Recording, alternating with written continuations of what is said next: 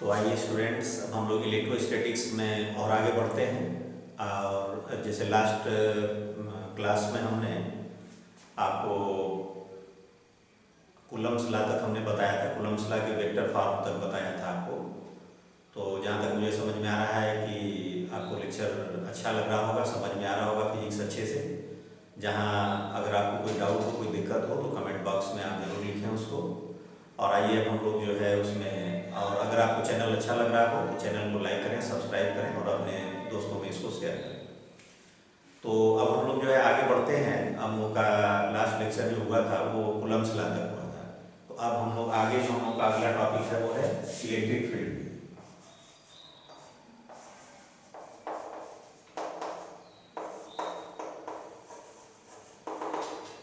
ये electric field क्या होता है? देखिए, हम लोगों ने ये पढ़ा था कि लाइक चार्जेस के बीच रिपल्सन फोर्स होता है और अनलाइक चार्जेस के बीच अट्रैक्शन फोर्स होता है। तो उस बेसिस पर अगर हम लोग बात करें तो इलेक्ट्रिक फील्ड क्या है, ये एक्चुअली किसी भी चार्ज पार्टिकल, जैसे कोई सिंगल चार्ज पार्टिकल हो या बहुत सारे चार्ज पार्टिकल्स अगर एक सिस्टम बना रहे हैं, एक दूसरे के नियर बाई रखे हुए हैं, तो किसी एक सिंगल चार्ज पार्टिकल या फिर चार्ज पार्टिकल्स के एक सिस्टम के अराउंड का वो रीजन जिसमें कि अगर हम किसी अदर चार्ज पार्टिकल को लाएं तो वो अट्रैक्शन या रिपल्सन फोर्स उस पर अप्लाई हो। फिर से आप समझ लें, किसी चार्ज पार्टिकल या सिस्टम ऑफ चार्ज पार्टिकल के अराउंड का वो रीजन, वो फील्ड जिसमें कि अगर हम किसी अदर चार्ज पार्टिकल को लाएं तो उस पर अट्रैक्शन या रिपल्सन फोर्स अप्लाई हो, तो उस फील्ड को या उस रीजन को हम लोग उस चार्ज पार्टिकल या सिस्टम ऑफ चार्ज पार्टिकल्स का एक इलेक्ट्रिक फील्ड करते हैं। तो ये इस तरह से इलेक्ट्रिक फील्ड का एक जनरल आइडिया बन जाता है। अब इलेक्ट्रिक फील्ड के पावर को, स्ट्रेंथ को मेजर करने के लिए हम लोग एक फिजिकल क्वांटिटी को डिफाइन करते हैं। उसको हम लोग बोलते हैं इंटेंसिटी ऑफ इलेक्ट्रिक फील्ड।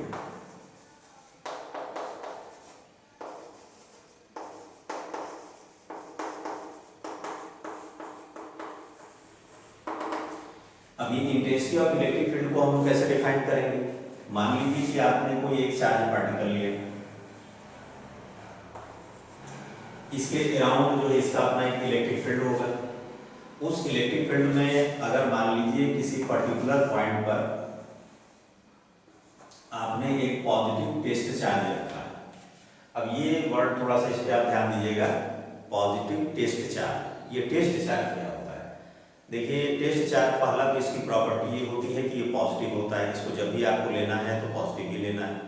दूसरी इसकी जो प्रॉपर्टी होती है कि ये इतना स्मॉल चार्ज होता है, इतना स्मॉल चार्ज होता है कि अगर दूसरा चार्ज पार्टिकल इस पर हल्का सा भी फोर्स अप्लाई करेगा तो ये उसका इफेक्ट इस पर दिखाई दे देगा, ये तुरंत डिस्प्लेस हो जाएगा। लेकिन ये सेल इतना स्मॉल है कि ये दूसरे पर अगर कोई फोर्स अप्लाई करता है तो उसका इफेक्ट उस पर दिखाई नहीं देगा। इस तरह से आप इसको समझिएगा। जैसे अब मान लीजिए हमारे पास ये स्टिक है। अब आप जानते हो कि जैसे अर्थ जो है इस स्टिक पर एक ग्रेविटेशनल फोर्स अप्लाई कर रहा है। कैसे हमको पता चलता है? जब हम इसको छोड़ते हैं तो उस फोर्स के कारण ये नीचे की तरफ जाता है। लेकिन न्यूटन के एक्शन रिएक्शन थर्ड लॉ के अनुसार देखिए क्या है कि जितना फोर्स जो है अर्थ इस स्टिक पर डाउनवर्ड अप्लाई कर रहा है, सेम उतना ही फोर्स ये भी अर्थ पे अपवर्ड अप्लाई कर रहा है। लेकिन अर्थ ने जो इस पे फोर्स लगाया वो तो देखिए साफ साफ पता चल रहा है, लेकिन ये अर्थ पे जो फोर्स लगा रहा है क्या हमको पता चल पा रहा है? नहीं। क्यों? क्योंकि इसने जो अर्थ पे फोर्स लगाया तो अर्थ की साइज इतनी बड़ी है, इतना उसका मास ज्यादा है कि ये जो उसमें एक्सीलरेशन जनरेट कर रहा है वो नेग्लिजिबल। तो सेम वही चीज समझिएगा कि जो हमारे चार्ज पार्टिकल्स हैं इनके रिस्पेक्ट में ये जो टेस्ट चार्ज है बहुत ही स्मॉल होता है, तो इसका इस पर इफेक्ट को पूरा पूरा दिखाई देगा। ये जो इस पर फोर्स लगाएगा उसका इफेक्ट तो दिखाई देगा, लेकिन इसके कारण इस पर जो है कोई इफेक्ट नहीं पड़ेगा। कहने का मतलब इसके इलेक्ट्रिक फील्ड पर, इसके इलेक्ट्रिक फील्ड में अगर हम इसको लाएंगे तो इसका पूरा इफेक्ट इस पर दिखाई देगा, अट्रैक्ट करेगा। अगर ये पॉजिटिव चार्ज है तो रिपेल करेगा और अगर ये नेगेटिव है तो अट्रैक्ट करेगा। लेकिन इसके इलेक्ट्रिक फील्ड के कारण इसके इलेक्ट्रिक फील्ड पर कोई इफेक्ट नहीं पड़ेगा, यह ध्यान रखिएगा। तो ये टेस्ट चार्ज को हम लोग अक्सर जो है इसका यूज करते हैं, तो इसको आप समझिएगा। अब मान लीजिए कि ये पॉजिटिव टेस्ट चार्ज, ये पॉजिटिव चार्ज है ये पार्टिकल, और ये टेस्ट चार्ज को हमेशा आपको पॉजिटिव ही लेना है। तो ये पॉजिटिव इस पॉजिटिव को क्या करेगा? रिपेल करेगा। तो इसने इस पे एक रिपल्सन फोर्स अप्लाई किया, मान लीजिए वेक्टर। तो अगर किसी पार्टिकल के इलेक्ट्रिक फील्ड में किसी पर्टिकुलर पॉइंट पर हमने एक टेस्ट चार्ज रखा और उस टेस्ट चार्ज पर क्या फोर्स अप्लाई हुआ, वेक्टर F, तो Q नॉट चार्ज पर कितना फोर्स अप्लाई हुआ, ये अप्लाई हुआ वेक्टर F। तो force on per unit test charge क्या आएगा, vector F upon Q not. This is called intensity of electric field. तो intensity of electric field is defined as force applied on a per unit test charge in electric field at a point।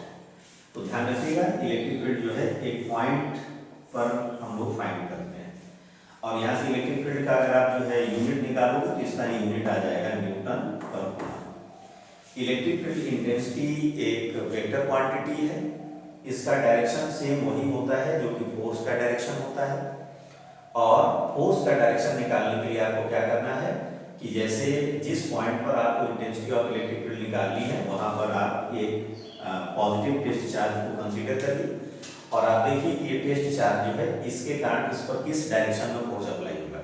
जिस direction में force apply होगा वही intensity of electric field का direction हो जाएगा। और अगर हम लोग यहाँ से क्रॉस मल्टीप्लाई करें तो वेक्टर F इक्वल टू हो जाएगा Q नॉट इंटू वेक्टर। ये फार्मूला हम लोग अक्सर यूज करेंगे, इसको ध्यान रखिएगा, क्योंकि जब भी न्यूमेरिकल वगैरह जनरली होता है तो उसमें इलेक्ट्रिक फील्ड की इंटेंसिटी दी हुई रहती है, और जब intensity of electric field given रहती है तो किसी चार्ज पर जो है फोर्स कितना अप्लाई होगा वो हम लोग इस फार्मूले से फाइंड करते हैं। तो ये आप ध्यान रखिएगा, ये फार्मूला हम लोग अक्सर यूज करेंगे। बस ये ध्यान रखिएगा कि अगर पॉजिटिव चार्ज है तो उस पर फोर्स जो अप्लाई होगा वो इलेक्ट्रिक फील्ड के ही डायरेक्शन में होगा, अगर ये नेगेटिव चार्ज है तो फोर्स जो है इलेक्ट्रिक फील्ड के अपोजिट डायरेक्शन में अप्लाई होगा। तो ये हम लोगों ने जानकारी ली इंटेंसिटी ऑफ इलेक्ट्रिक फील्ड। अब हम लोग बात करेंगे इलेक्ट्रिक फील्ड लाइंस की।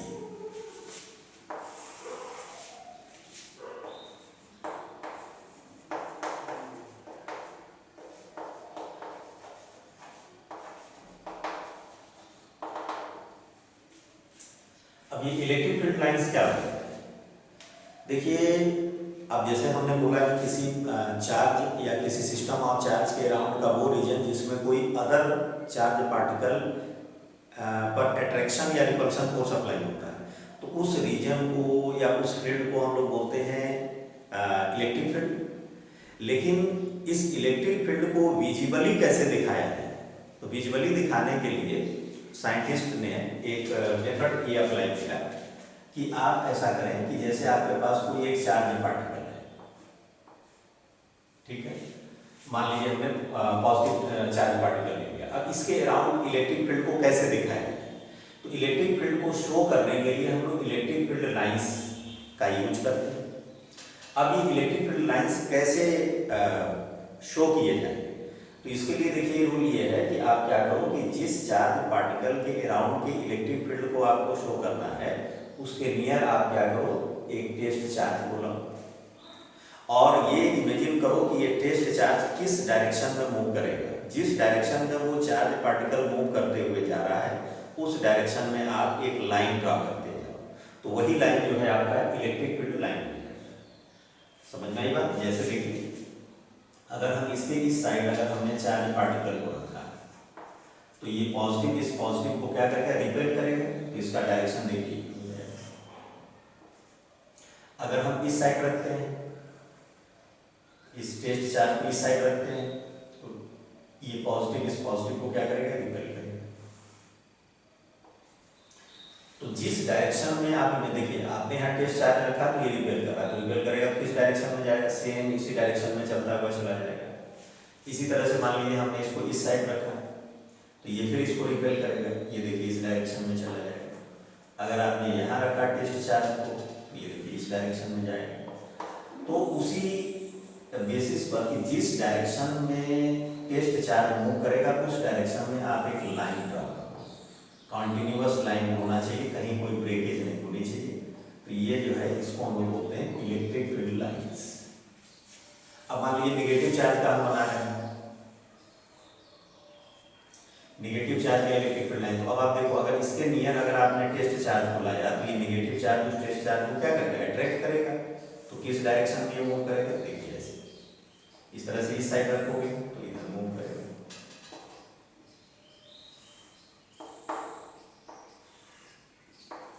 तो आप एक एक कंसीडर आप करोगे कि जैसे हमने टेस्ट चार्ज यहाँ रखा, किस डायरेक्शन में मूव करेगा, जिस डायरेक्शन में मूव करेगा उस डायरेक्शन में आप लाइन ड्रॉ कर दो। ये देखिए आप ऐसे, तो ये इलेक्ट्रिक फील्ड लाइंस के ग्राफ जो है देखिए ये था आपका जो है पॉजिटिव चार्ज के लिए, और ये देखिए नेगेटिव चार्ज के लिए। अब मान लीजिए कि हमने ऐसा किया कि एक पॉजिटिव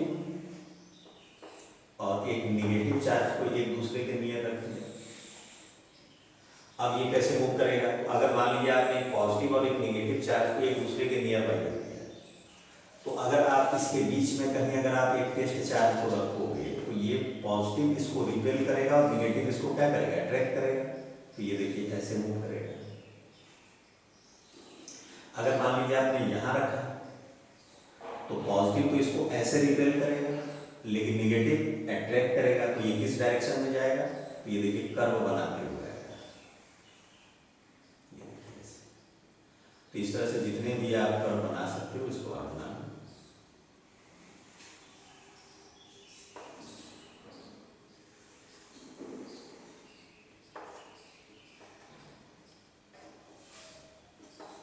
इन दोनों को ज्वाइन करने वाली जो स्ट्रेट लाइन है उस पर जो है ये ग्राफ केवल स्ट्रेट रहेगा। और हमेशा ये ध्यान रखिएगा कि electric field lines positive charge से आउटवर्ड इमर्ज होती हैं और नेगेटिव चार्ज में ये इंटर होती है। इस तरीके से आपको बनाना है। क्यों, क्योंकि जब इधर आप पॉजिटिव चार्ज रखोगे तो ये रिपेल करेगा और नेगेटिव उसको क्या करेगा, अट्रैक्ट करेगा। इसी तरह से जितने आप लाइंस बना सकते हैं उतने बना दीजिए। ऐसे करके आप बनाते जाइए। ये ध्यान रखिएगा ऐसे घूम करके ऐसे आ जाएगा, मतलब पॉजिटिव चार्ज से स्टार्ट होता है और नेगेटिव पर इसका एंड होता है। ध्यान रखिएगा।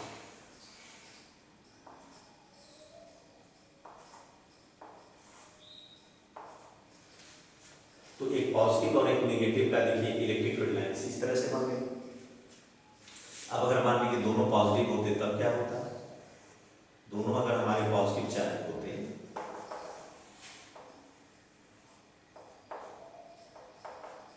तो यहाँ पर देखिए इस ये जो लाइन आप देख रहे हो, यहाँ पर अगर आप किसी टेस्ट चार्ज को रखते हैं तो ये भी इधर से रिपेल करता है और ये भी रिपेल करता है। तो इसलिए यहाँ पर जो इलेक्ट्रिक फील्ड लाइंस बनते हैं वो देखिए दोनों रिपेल कर रहे हैं, तो चार्ज पार्टिकल जो है वो इस तरीके से रिपेल हो जाएगा।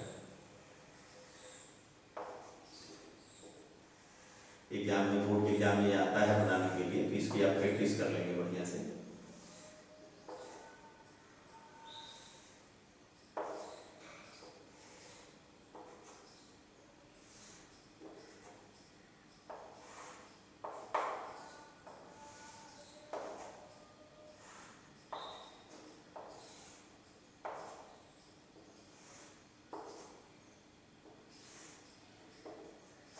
इसको बनाते समय इस तरह ध्यान रखिएगा कि जैसे इसको कंसीडर कर लीजिएगा कि जैसे एक स्फीयर और ये जितने भी लाइंस हैं इस स्फीयर के सेंटर से जो है देखिए बाहर निकल रहे हैं। इस तरीके से आपको बनाना है।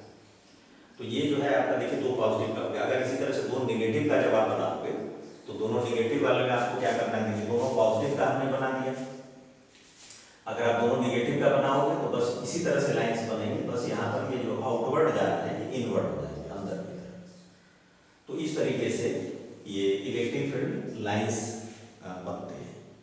अब ये इलेक्ट्रिक फील्ड लाइंस की प्रॉपर्टी क्या होती है, तो इसके देखिए अलग अलग प्रॉपर्टी होती है। इलेक्ट्रिक फील्ड लाइंस जो होते हैं ये हमेशा जो है पॉजिटिव चार्ज से स्टार्ट होते हैं, मतलब यहाँ से इमर्ज होते हैं और नेगेटिव चार्ज पर जाकर के एंड हो जाता है इनका, मतलब पॉजिटिव से निकलेंगे नेगेटिव पर जाकर के ये समाप्त हो जाएंगे एक तरह। दूसरी इनकी प्रॉपर्टी क्या होती है कि ये अगर एक पॉजिटिव और एक नेगेटिव चार्ज आप ले रहे हो तो ये अगर इनको ज्वाइन करने वाली एक लाइन अगर हम लोग सोचें, कंसीडर करेंगे इनको ज्वाइन करने वाला एक स्ट्रिंग है, तो ये स्ट्रिंग के अलाउंग जो है कॉन्ट्रैक्ट होने की प्रॉपर्टी होती है, खींचना चाहते हैं दूसरे को। और अगर दोनों पॉजिटिव या दोनों नेगेटिव हैं तो उस केस में क्या होता है कि स्ट्रिंग जो है, ये आप देख रहे हो, जैसे आपने दोनों को ज्वाइन करने वाले की स्ट्रिंग ड्रॉ कर दी, तो उस स्ट्रिंग के परपेंडिकुलर डायरेक्शन में रिपेल होने की प्रॉपर्टी होती है, अगर दोनों पॉजिटिव हैं या दोनों निगेटिव हैं। थर्ड जो बहुत इंपॉर्टेंट प्रॉपर्टी इनकी होती है कि electric field lines never intersect each other, मतलब कभी भी दो इलेक्ट्रिक फील्ड लाइन एक दूसरे को इंटरसेक्ट नहीं करते। तो उसका रीजन क्या है, उस पर आप ध्यान दीजिए। ये रियल में इलेक्ट्रिक फील्ड लाइंस क्या रिप्रेजेंट करते हैं? देखिए, इलेक्ट्रिक फील्ड लाइंस जो है वो टेस्ट चार्ज के मूव करने के डायरेक्शन को रिप्रेजेंट करते हैं, मतलब टेस्ट चार्ज में किस डायरेक्शन में फोर्स अप्लाई हो रहा है उसको रिप्रेजेंट करते हैं। मतलब देखिए, जैसे अगर आपने ये इलेक्ट्रिक फील्ड लाइंस ड्रॉ की, जैसे मान लीजिए ये लाइन आपने ड्रॉ की, अब हम आपसे पूछें कि ये बताओ कि भाई पॉइंट पी पर टेस्ट चार्ज पर किस डायरेक्शन में फोर्स अप्लाई होगा, तो आप क्या करोगे, पॉइंट पी पर एक टेंजेंट ड्रॉ करोगे। ये देखिए हमने टेंजेंट ड्रॉ किया, ये टेंजेंट जो है पॉइंट पी पर टेस्ट चार्ज पर फोर्स किस डायरेक्शन में अप्लाई होगा वो रिप्रेजेंट किया। मान लीजिए कि हम पॉइंट क्यू पर आ जाते हैं, यहाँ पर पूछा जाए कि भाई फोर्स किस डायरेक्शन में अप्लाई हुआ, यहाँ आपने टेंजेंट ड्रॉ कर दिया, तो ये इस पॉइंट पर टेस्ट चार्ज पर फोर्स किस डायरेक्शन में अप्लाई हुआ था वो रिप्रेजेंट कर रहा है। अब मान लीजिए किसी ने कहा कि भाई इलेक्ट्रिक फील्ड लाइंस एक दूसरे को इंटरसेक्ट क्यों नहीं करते, उसका रीजन बताइए। देखिए आप, अगर मान लीजिए दो इलेक्ट्रिक फील्ड लाइंस जो है एक दूसरे को इंटरसेक्ट करते हैं, मान लीजिए हमने दो इलेक्ट्रिक फील्ड लाइंस ड्रा की, एक ये है और ये दोनों मान लीजिए एक पॉइंट पर इंटरसेक्ट कर दिए, तो अब हम पूछेंगे भैया जब हमने टेस्ट चार्ज को पॉइंट पी पर रखा था तो उस पर फोर्स किस डायरेक्शन में अप्लाई हो रहा था, तो भाई सीधी बात है, ये रूल अप्लाई करिए, उस पॉइंट पी पर आप टेंजेंट ड्रॉ करो। लेकिन यहाँ पर आप देख रहे हो यहाँ पर दो कर्व है, एक कर्व ये है, दूसरा कर्व ये, तो अगर हम इस वाले कर्व पर अगर टेंजेंट ड्रॉ करेंगे तो वो इस डायरेक्शन में जाएगा, तो ये फोर्स का एक डायरेक्शन ये होगा, और इस वाले कर्व पर अगर हमने टेंजेंट ड्रॉ किया तो वो इस डायरेक्शन में जाएगा। तो आप देख रहे हो इलेक्ट्रिक फील्ड में एक ही पॉइंट पर टेस्ट चार्ज पर लगने वाले फोर्स का दो डायरेक्शन यहाँ हो गए। तो आप खुद ही सोचोगे क्या कभी पॉसिबल है कि एक ही पॉइंट पर इलेक्ट्रिक फील्ड में किसी चार्ज पार्टिकल पर दो डायरेक्शन में फोर्स अप्लाई होगा? कभी नहीं। तो इसीलिए कहा जाता है कि electric field lines never intersect each other. क्यों नहीं इंटरसेक्ट कर सकते? क्योंकि अगर ये इंटरसेक्ट करेंगे तो इंटरसेक्टिंग पॉइंट पर दो टेंजेंट ड्रॉ होंगे जो कि उस पॉइंट पर टेस्ट चार्ज पर अप्लाई होने वाले फोर्स के दो डायरेक्शन को रिप्रेजेंट करेंगे, जो कि पॉसिबल नहीं है। तो ये ध्यान रखिएगा, इंपॉर्टेंट प्रॉपर्टी है इलेक्ट्रिक फील्ड लाइंस की, ये अक्सर एग्जाम में आता है।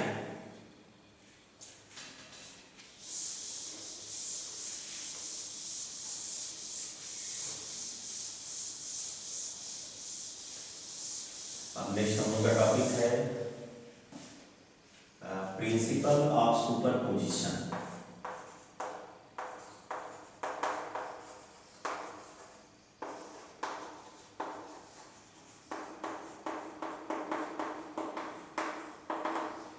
प्रिंसिपल ऑफ सुपरपोजिशन ये क्या होता है?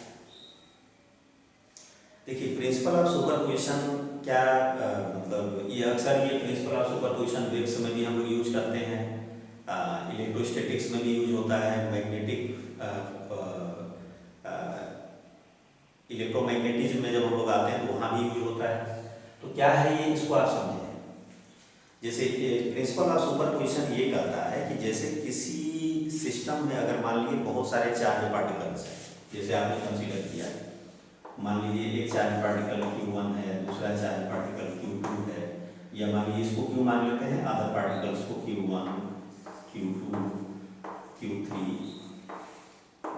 ऐसे करके मान लीजिए n चार्ज पार्टिकल्स हैं, और हम ये निकालना चाह रहे हैं कि इस चार्ज पार्टिकल पर नेट कितना फोर्स अप्लाई होगा। तो प्रिंसिपल ऑफ सुपरपोजिशन ये कहता है कि इस चार्ज पार्टिकल पर जितने भी अदर चार्ज पार्टिकल्स हैं उनके कारण लगने वाले फोर्स आप अलग अलग निकालें। जैसे इस Q1 ने जो फोर्स अप्लाई किया इस पर वो अलग निकाल दीजिए, मान लीजिए वो फोर्स है वेक्टर F1। Q2 ने इस पर फोर्स अप्लाई किया, मान लीजिए वो वेक्टर F2 है।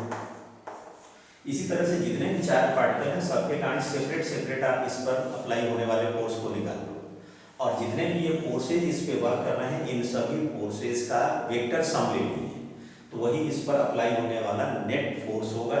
यही है प्रिंसिपल ऑफ सुपरपोजिशन। ये ध्यान रखिए, ये फोर्स के लिए भी अप्लाई होता है और इंटेंसिटी ऑफ इलेक्ट्रिक फील्ड के लिए भी होता है।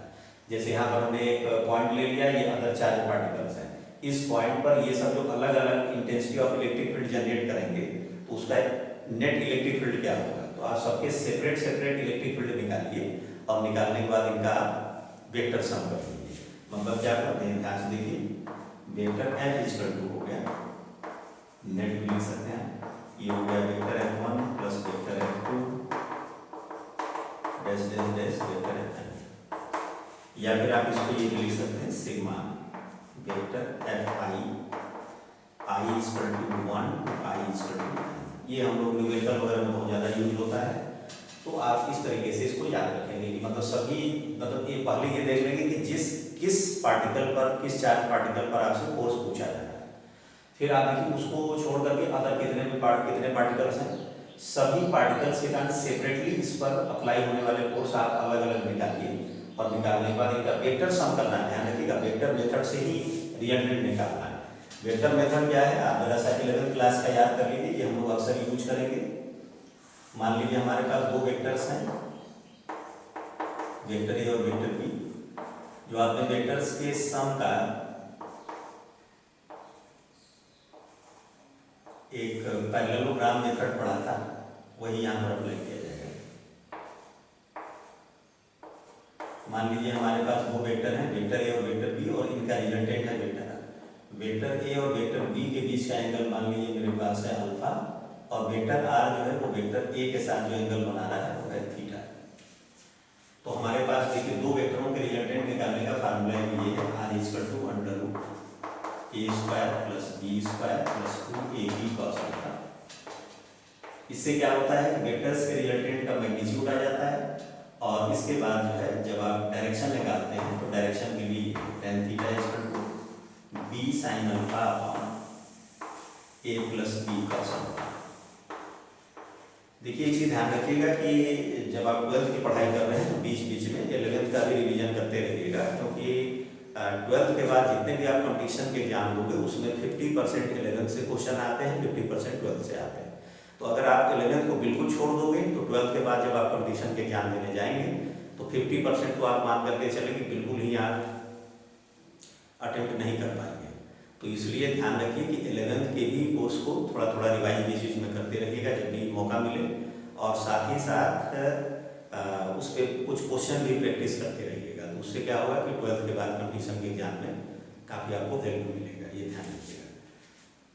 तो ये, और दूसरी चीज़ ये भी है कि 11th के बहुत सारे ऐसे टॉपिक हैं जिनका 12th के फिजिक्स में यूज होता है, 11th के बहुत सारे ऐसे टॉपिक मैथ्स के हैं जिनका यूज 12th में होता है। तो अगर 11th को बिल्कुल आप भूल जाओगे या 11th में आपने सही ढंग से पढ़ाई नहीं की है तो उसके रिजल्ट का इफेक्ट जो है आपको 12th में भी दिखाई देगा, ये ध्यान रखिएगा। तो अभी जैसे लॉकडाउन है तो इस समय आप कोशिश करिए कि मौका निकाल करके 11th वाला भी बीच बीच में रिवाइज करते रहिए, क्योंकि इस एक बार अगर स्कूल खुल गया तो उसके बाद फिर इतना मौका आपको मिलेगा नहीं, तो ये ध्यान रखिएगा। जैसे 11th में जो चैप्टर आपने बढ़िया से नहीं पढ़ा है, मौका निकाल कर उसको एक बार रिवाइज कर लीजिए कि वो भी अच्छे से तैयार हो जाए। तो ये आर इक्वल टू, तो ये दोनों फार्मूला भी याद रखिएगा, इन दोनों के हेल्प से हम लोग जो है दो वेक्टर्स का रिजल्टेंट तो निकाल लेते हैं। लेकिन आप कहेंगे कि अगर दो से ज़्यादा वेक्टर हुए तब क्या करेंगे, तो अगर दो से ज़्यादा जैसे 3 है तो भी कोई प्रॉब्लम नहीं है, तो उस केस में हम लोग क्या करते हैं कि पहले दो वेक्टर्स का रिजल्टेंट निकाल लेते हैं, जो आ जाता है उसका फिर थर्ड के साथ निकाल लेते हैं। लेकिन उससे भी ज़्यादा अगर हो गए तब, तो उस केस में हम लोग कंपोनेंट वाला मेथड यूज करते हैं। मतलब हम लोग करते क्या है कि दो रेक्टेंगुलर जो है एक्सिस ले लेते हैं, एक्स एक्सिस और वाई एक्सिस, और जितने भी वेक्टर्स हैं उनका एक्स एक्सिस के लॉन्ग जो है कंपोनेंट अलग निकाल लेते हैं, वाई एक्सिस के लॉन्ग कंपोनेंट अलग निकाल लेते हैं, और उसके बाद जो है हम फार्मूला ये यूज कर लेते हैं, R equal to under root X square plus Y square, और डायरेक्शन के लिए यूज कर लेते हैं tan theta equal to Y by X. तो 3 या 3 से ज़्यादा अगर वेक्टर्स हो तो उस केस में आप कंपोनेंट वाले मेथड का यूज करिए। यहाँ x क्या है, तो तो जितने भी हमारे वेक्टर्स थे उनके x कंपोनेंट का सम है, और उसी तरह से y क्या है, तो जितने भी हमारे वेक्टर्स थे उनके y कंपोनेंट का सम है। तो यहाँ से मैग्नीट्यूड मिलेगा और यहाँ से आपको डायरेक्शन मिल जाएगा। तो ये सब चीज़ें बीच बीच में आप, वेक्टर जो है बहुत ही इंपॉर्टेंट टॉपिक है 11th का, तो वेक्टर वाले चैप्टर को आप बार बार रिवाइज करिए क्योंकि उसका बहुत ज़्यादा फिजिक्स में यूज होगा, तो उससे रिलेटेड सारी चीज़ें आपको याद होनी चाहिए। तो प्रिंसिपल ऑफ सुपरपोजिशन आप समझ ही गए कि अगर मान लीजिए किसी सिंगल चार्ज पार्टिकल पर अदर चार्ज पार्टिकल्स के कारण अगर मान लीजिए आपको नेट फोर्स फाइंड करना हो, तो सभी चार्ज पार्टिकल के कारण सेपरेटली फोर्स अलग अलग कूलम्स लॉ से आप निकालो और उसके बाद वेक्टर सम करके नेट रिजल्टेंट निकाल दीजिए। सेम ये चीज इलेक्ट्रिक फील्ड पर भी अप्लाई होगा। इलेक्ट्रिक फील्ड अगर नेट इलेक्ट्रिक फील्ड आप निकाल रहे हो तो ये भी ऐसे ही होगा, vector E1 plus vector E2 plus vector E, इसको भी हम लोग शॉर्टकट में लिखेंगे सिग्मा I इक्वल टू 1 तो I equal to n vector EI, इसमें वैल्यू पुट करके आप जो है नेट निकाल लेंगे। तो प्रिंसिपल ऑफ सुपरपोजिशन आपको समझ में आ गया होगा। अब हम आगे बढ़ते हैं।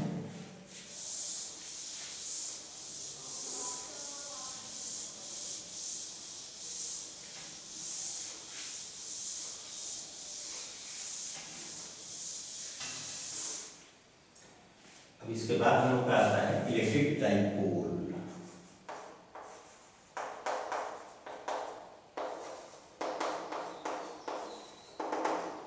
इलेक्ट्रिक डाइपोल, डाई मीन्स को जानते ही हैं दो, टू, और पोल मतलब दो अलग अलग सेपरेट होंगे। तो करने का मतलब ये होगा electric dipole is a system, electric dipole is a system in which two equal and opposite charges are placed near by to each other. ये इलेक्ट्रिक डाइपोल एक ऐसा टॉपिक है जिसका यूज केमिस्ट्री में भी बहुत ज़्यादा होता है, ध्यान रखिएगा। तो इलेक्ट्रिक डाइपोल क्या हुआ समझ में आया आपको कि जैसे दो इक्वल और अपोजिट चार्ज को, जैसे एक चार्ज हमने लिया प्लस क्यू और एक लिया माइनस क्यू, इन दोनों को एक दूसरे के नियर बाई, काफ़ी नियर अगर रख दिया जाए तो ये जो एक सिस्टम फॉर्म हुआ उस सिस्टम को हम लोग बोलते हैं इलेक्ट्रिक डाइपोल। जैसे देखें यहाँ पर मान लीजिए हमने चार्ज रखा माइनस क्यू और यहाँ पर चार्ज हमने रखा प्लस क्यू, इन दोनों के बीच का डिस्टेंस मान लीजिए हमने ले लिया 2a। आप सोच रहे होंगे कि ये डिस्टेंस 2a क्यों लिया जा रहा है, क्योंकि इलेक्ट्रिक डाइपोल से रिलेटेड जो फार्मूले हम लोग डिराइव करते हैं तो उसमें हम लोग करते क्या है कि इन दोनों के मिड पॉइंट से डिस्टेंस लेना होता है। तो जब हम मिड पॉइंट में लेते हैं तो देखिए इधर a और इधर a हो जाता है। अगर हम इसको a लेते तो a/2 होता है, तो a/2 लिखने के रिस्पेक्ट में a लिखना ज़्यादा सिंपल है, तो इसीलिए हम लोग इसको 2a लेते हैं और अदर कोई रीजन नहीं है। तो electric dipole is a system in which two equal and opposite charges are placed near by to each other. अब इलेक्ट्रिक डाइपोल मोमेंट एक फिजिकल क्वांटिटी डिफाइन की जाती है, इलेक्ट्रिक डाइपोल मोमेंट। अब इलेक्ट्रिक डाइपोल मोमेंट क्या होता है, देखिए इलेक्ट्रिक डाइपोल मोमेंट को डिफाइन हम लोग इस तरह से करते हैं कि जो आपने दो चार्जेज यहाँ पर लिया था इसका जो है केवल मैग्नीट्यूड ले लीजिए, किसी एक चार्ज का मैग्नीट्यूड मान लीजिए साइन हटा दीजिए तो क्यू ले लीजिए, और दोनों के बीच का सेपरेशन कितना है 2a, इसका मल्टीप्लाई कर देंगे तो q into 2a, this is called electric dipole moment. Electric dipole moment is a vector quantity, ध्यान रखिएगा electric dipole moment is a vector quantity, its direction is along axis of electric dipole and from negative charge to positive charge। इसका direction negative से positive charge की तरफ होता है और इसी डाइपोल के एक्सिस के along होता है। इसका एग्जांपल क्या है,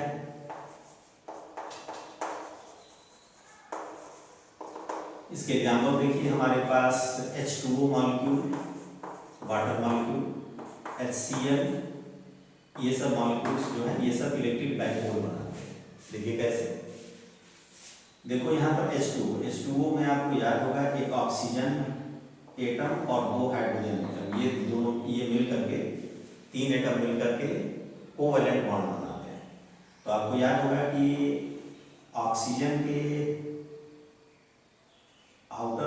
सेल में 6 इलेक्ट्रॉन होते हैं, तो इसको अपना ऑक्टेट कंप्लीट करने के लिए 2 इलेक्ट्रॉन और चाहिए, क्योंकि आउटर मोस्ट सेल में 8 इलेक्ट्रॉन होने चाहिए।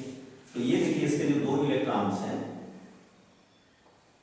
ये हाइड्रोजन के आउटर मोस्ट, और हाइड्रोजन के पास तो केवल सिंगल इलेक्ट्रॉन होता है फर्स्ट ऑर्बिट में।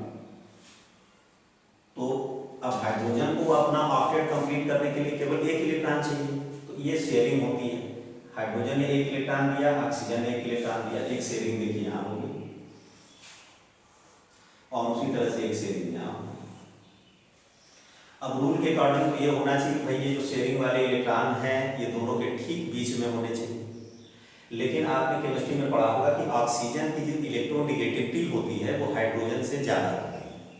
तो ऑक्सीजन की इलेक्ट्रोनेगेटिविटी ज़्यादा होने के कारण क्या होता है कि ये हाइड्रोजन वाले इलेक्ट्रॉन को अपनी तरफ खींच लेता है। मतलब जो शेयरिंग वाला इलेक्ट्रॉन है वो ठीक बीच में ना होकर के थोड़ा सा ऑक्सीजन की तरफ ये शिफ्ट हो जाता है, थोड़ा सा। ये टोटली हाइड्रोजन का इलेक्ट्रॉन नहीं जाता है, नहीं तो फिर तो आपका इलेक्ट्रोवैलेंट बॉन्ड हो जाएगा।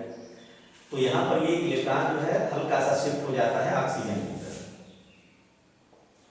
तो ये दोनों इलेक्ट्रॉन जो है ये शिफ्ट हो जाते हैं। तो देखिए अब हाइड्रोजन का इलेक्ट्रॉन जो है वो हल्का सा शिफ्ट हो गया ऑक्सीजन की तरफ, इधर भी हो गया। तो आप जानते हो कि जिसके पास इलेक्ट्रॉन की नेगेटिव चार्ज की कमी हो जाती है, डेफिशिएंसी हो जाती है, तो उस पर पॉजिटिव चार्ज आ जाता है। तो पता चला हाइड्रोजन पर एक पार्शियली पॉजिटिव चार्ज आ गया, ऑक्सीजन पर इधर पार्शियली नेगेटिव चार्ज आ गया। उसी तरह से यहाँ भी होता है, हाइड्रोजन पर पार्शियली पॉजिटिव चार्ज और ऑक्सीजन पर इधर से पार्शियली नेगेटिव चार्ज। तो यहाँ पर आप देखें ध्यान से, 2 इलेक्ट्रिक डाइपोल बनते हैं। एक इलेक्ट्रिक डाइपोल देखिए इधर बना, जिसकी डायरेक्शन इधर की तरफ है, और दूसरा इधर बन गया। अब इन दोनों के बीच का जो बॉन्ड एंगल होता है वो 105 डिग्री के आसपास होता है। तो आप वहाँ से रिजल्टेंट भी इसका निकाल सकते हैं कि ये दोनों डाइपोल मोमेंट का रिजल्टेंट कितना है। इस तरह से हाइड्रोजन क्लोराइड में भी होता है। जैसे ये हाइड्रोजन है और इधर हमारा क्लोरीन है। अब आप जानते हो क्लोरीन के आउटर मोस्ट सेल में 7 इलेक्ट्रॉन होते हैं, हाइड्रोजन के पास केवल एक सिंगल इलेक्ट्रॉन होता है। तो इसको भी 1 इलेक्ट्रॉन चाहिए, इसको भी 1 इलेक्ट्रॉन चाहिए। तो अब क्या होता है, तो इसके आउटर मोस्ट सेल का 1 इलेक्ट्रॉन हाइड्रोजन के 1 इलेक्ट्रॉन के साथ जो है मोनोकोवैलेंट बॉन्ड बना लेता है। फिर कहानी वही, क्लोरीन की इलेक्ट्रोनेगेटिविटी हाइड्रोजन से बहुत ज़्यादा होती है, इसलिए क्या करता है क्लोरीन ये शेयरिंग वाले इलेक्ट्रॉन को अपनी तरफ अट्रैक्ट कर लेता है।